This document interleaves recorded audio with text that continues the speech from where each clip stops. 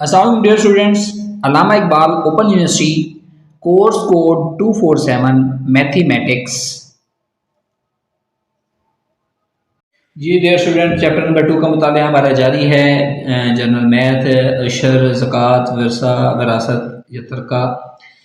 तो हमने exercise number 2.1 का मुताला जारी है और आज हम क्वेश्चन नंबर 7 और 8 करेंगे इस लेक्चर के अंदर। तो आइए हम अपने क्वेश्चन की तरफ बढ़ते हैं कि अगर एक शख्स ने 7,50,000 रुपये मालियत की जायदाद छोड़ी हो तो उसकी एक बेवा, दो बेटों और एक बेटी का जो है अपना हिस्सा मालूम करना है। यहाँ पर मैंने आपके उसके तौर पर लिख दिया है आपकी इंफॉर्मेशन के लिए कि बीवी का हिस्सा जब बच्चे मौजूद हों तो 1/8 है, और अगर बच्चे मौजूद ना हो तो फिर हमारे पास 1/4 हिस्सा होता है। ठीक है, बीवी का। जायदाद की कुल मालियत कितनी है? 7,50,000 रुपये। अब हमने बीवी का हिस्सा निकालना है, वो हमारे पास कितना है? 1/8।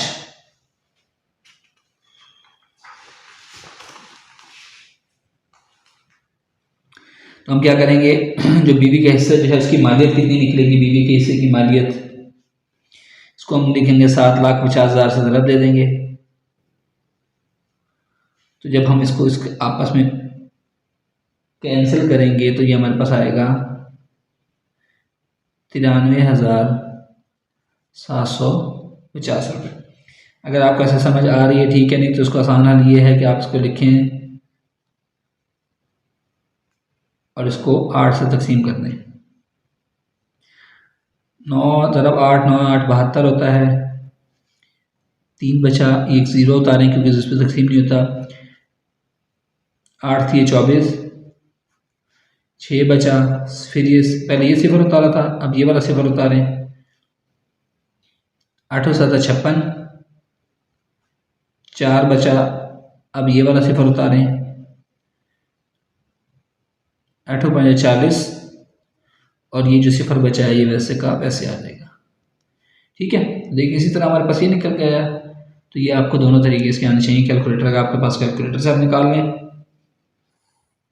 ठीक है, ये रफ अमल। अब हम निकालें कि बाकी मालियत कितनी है, यानी कि बेवा का हम उसमें से टोटल हिस्सा पहले निकाल लेते हैं। तो बाकी मालियत निकालने के लिए क्या करेंगे, 7,50,000 में से 93,750 आपने माइनस कर देने हैं। ये अमाउंट बची है 6,56,250 रुपये। अब उसने विरासत में छोड़े थे 2 बेटे थे और 1 बेटी थी। अब मैंने आपको बताया था बेटों के हिस्से डबल होते हैं और बेटी का हिस्सा 1 होता है। तो पहले हम 2 बेटे और 1 बेटी के हिस्से में जो है निस्बत मालूम करेंगे। 2 बेटे हैं तो 2 हिस्से 2 2 बनेंगे, 2 हिस्से 1 के, 2 हिस्से 1 के और बेटी का 1 हिस्सा। अब इनका जो है वो निस्बती मजमूआ, यानी इनका सबका निस्बती मजमूआ कितना है? 2 जमा 1, तो ये आ गया आपके पास 5।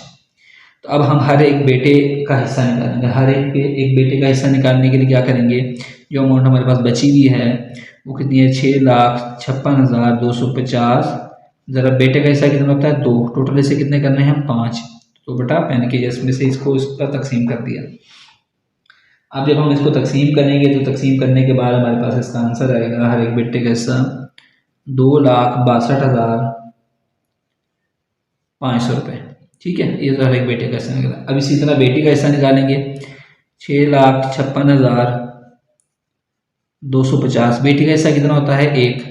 कुल हिस्से कितने हैं? 5 को 5 आप तकसीम कर दें। ठीक है, तो ये जब आप इसको तकसीम करेंगे तो बेटी का हिस्सा निकल रहा है जी 1,31,250 रुपये। तो ये इसका जवाब है, ये इसका जवाब है, और ये जो हमारे पास बेवा का हिस्सा निकला था ये इसके जवाब आ गए। ठीक है डियर स्टूडेंट, आसान था ना?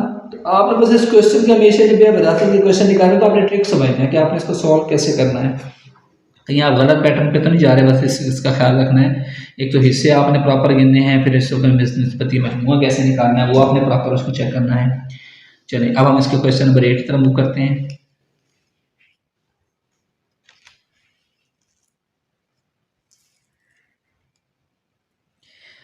अगर एक शख्स अपने पीछे एक बेवा और 4 बेटियां छोड़ी हों तो उसके 4 लाख रुपए मालियती जायदाद में से हर एक का हिस्सा मालूम करें। लेकिन क्वेश्चन बिल्कुल आसान सा दिया हुआ है, क्योंकि बच्चे मौजूद हैं तो बेवा का हिस्सा 1/8 होगा। ठीक हो गया। जायदाद कितनी है? टोटल 4 लाख रुपए की। बेवा का हिस्सा मैंने आपको बता दिया है, वो 1/8 है। तो 4 लाख का 1/8 निकालें, 8 एकम 8, 8 पंजे 40, ये 40 से कट गया, 1 2 3 4 से फिर इसके 7 आ गई।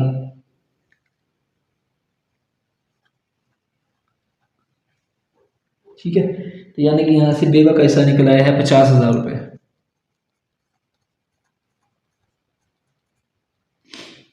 बाकी मलकियत कितनी बचती है वो आप 4 लाख में से इसको माइनस कर दें।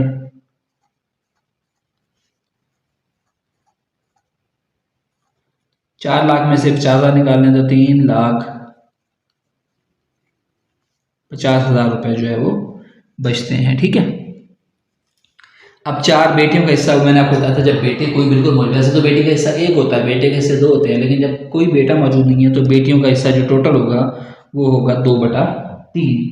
2/3। तो आप क्या करेंगे, इसमें से आप निकालेंगे कि बेटियों का हिस्सा इसमें से कितना निकलेगा, उसको निकालने के लिए हम करेंगे कि 3,50,000 जो बचा है ज़रब 2/3।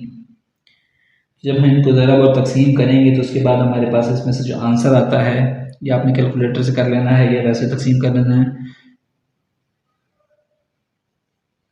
2,33,333 से आ गया 33 रुपये।